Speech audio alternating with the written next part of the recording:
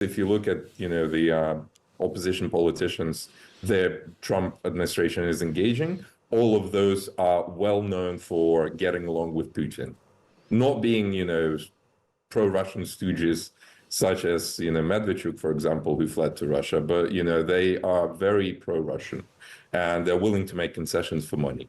We will soon know, is Vladimir Putin at all interested in stopping the killing in Ukraine? And after taking decision after decision that's helped Russia kill Ukrainians, all supposedly in the name of forcing a deal and a ceasefire, whose side is President Trump really on?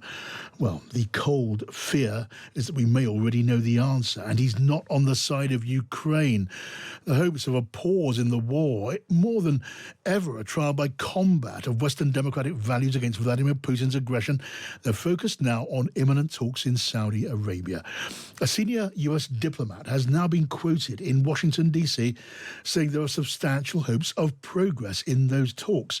Could that be a good sign? Now, on one side of the table, Ukraine's leader, Volodymyr Zelensky's team, they're supported by European and Western allies, including Keir Starmer, and they're advised by Starmer's security advisor.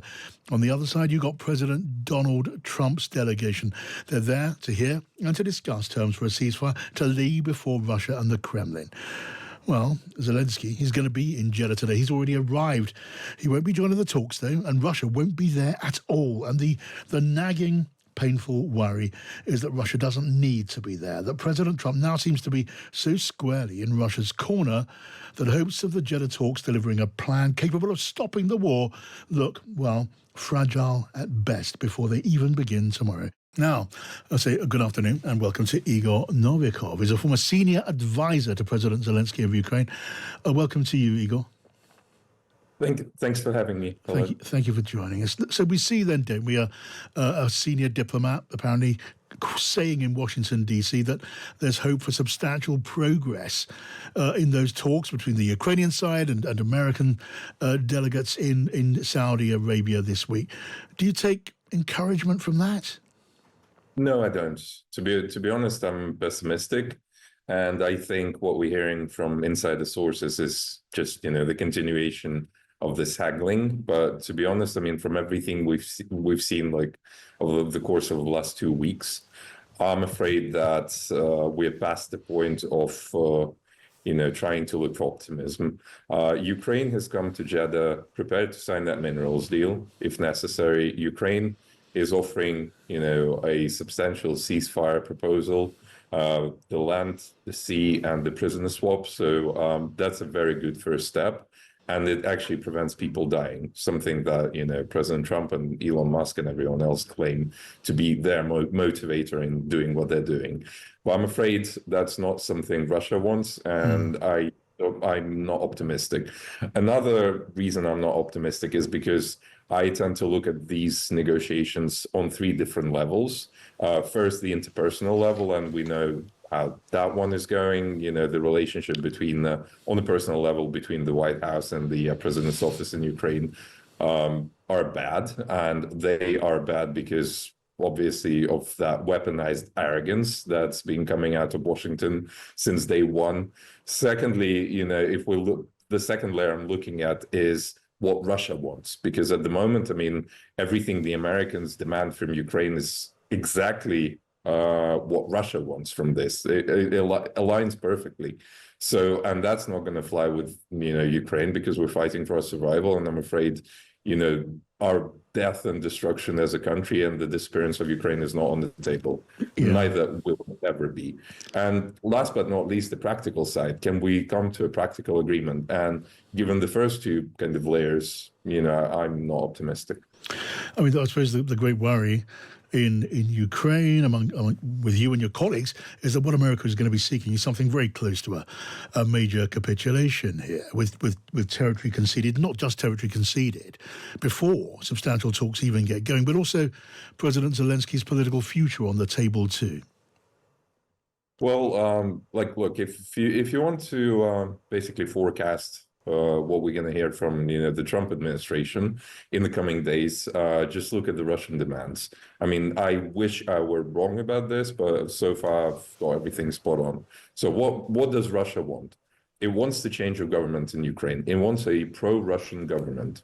Hence, if you look at, the opposition politicians the Trump administration is engaging, all of those are well known for getting along with Putin, not being, pro-Russian stooges such as, Medvedchuk, for example, who fled to Russia, but, they are very pro-Russian and they're willing to make concessions for money, which is a bad thing. So that's the first thing Russia wants. The second thing they want is territorial concessions. So they basically want Ukraine to withdraw its army from some of the territories actually controlled by Ukraine now, which is not going to slide with the Ukrainian people. It's not going to slide with, the memory of all the soldiers and civilians we've lost over the last 3 years.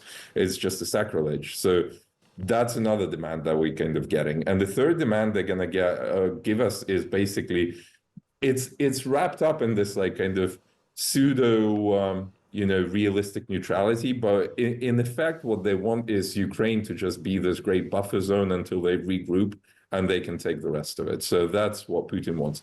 Does he want to ceasefire? Yes, he does. He wants to regroup and go further. But that ceasefire, with Trump's help, can come at a higher cost to Ukraine than it could have come before Trump. Right. So we know that, looking at it again through a British lens, the Prime Minister, Keir Starmer, he is pushing on Ukraine's behalf in direct talks with Donald Trump. And meanwhile, a senior official in number 10 Downing Street, Jonathan Powell, he's advising the Ukrainian team. Is that kind of involvement, that kind of advice valuable?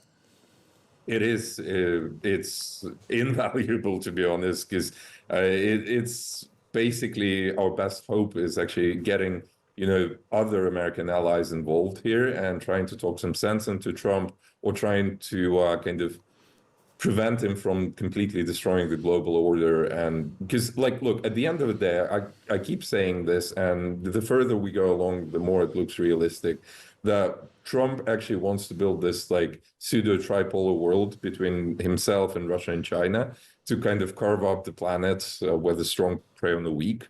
And Britain, Europe, Ukraine, if that happens, they'll need to find a place in that world. And I think that alliance between Ukraine and the United Kingdom at the moment is priceless to both countries. And I think if there is any chance that we can prevent this from happening, we should be doing that. And if not, we need to build on that alliance to kind of survive, because I don't think it's going to be happy days for Britain if that happens. No, I mean, look, the British Prime Minister, Keir Starmer, his ambition is to be a kind of a bridge between Europe and the United States. And that is why he's not criticising Donald Trump as openly and as overtly as some of the European leaders, like Emmanuel Macron of France or like the next leader of Germany.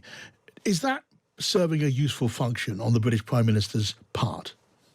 It is. It is. Definitely, somebody needs to be more, let's say, politically correct here, because we know the cost of saying things publicly with the Trump administration.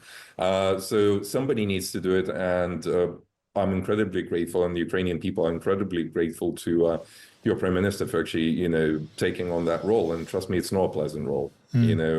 With Trump, unfortunately, I'm lucky. I'm a former advisor, so I can say what I think and what I want. And with Trump, it's really difficult to kind of keep your mouth shut, because obviously a lot of things that are being said are arrogant and downright hurtful to, people, nations, and, the governments.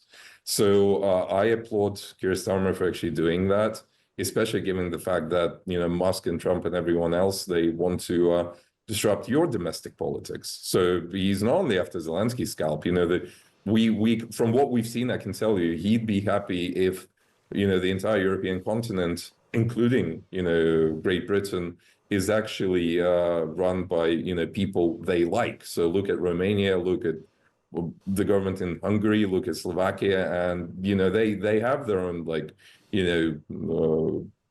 potential candidate for every single country. Ukraine is not an exception here, and neither is Great Britain. So I applaud your Prime Minister for his bravery. Okay, that is a clear view. The last question. We don't know what's going to happen this week. You have your suspicions and your concerns, and many other people will too. Let us just imagine the talks take place. it is not possible to agree between the Ukrainian and American side, agree on terms to present to Vladimir Putin. Let's say they want more concessions than the Ukrainian side are simply able to give. So no move towards a ceasefire. What is in the future then, Igor? Well, I don't want to give too much away because I'm a former advisor once again. But if I had to venture a guess, I would say in the worst case scenario, if, things get really bad, I think, first of all, that will unite Europe and Ukraine. I consider Ukraine to be Europe. And secondly, let me point out that we've heard some really interesting messaging from China over the last week. And yet they will be the ones saying the last word here, I think, and they'll be having the last laugh, the way things are headed at the moment. So that's kind of my prediction. Well, I do have to ask an extra half a question there. Can you imagine a future where Ukraine looks towards China? Because that would seriously cause alarm in Europe. I couldn't imagine, let's put it this way, I couldn't imagine the future half a year ago where the US will be playing into Putin's hands. And yet we're living in it. So I don't discard anything in this world. I wouldn't want that future to happen necessarily, but I would say that if it's a matter of survival, and it is a matter of survival for my country, we're going to do everything in our power and more to make sure that happens. And I'm pretty sure Europe stands with us in whatever we do, and Europe's pretty much in the same position. The only difference being that Russia is not there yet. Yeah, well, as I say, we will see, Igor, and I'm really grateful for your thoughts and your reflections. And I have to say, the idea of China filling that American vacuum in any significant way is going to cause real worry. That a mere idea will cause enormous worry in the capitals of Europe. But Igor Novikov, thank you so much for joining us on the program this afternoon. Let's do keep in touch.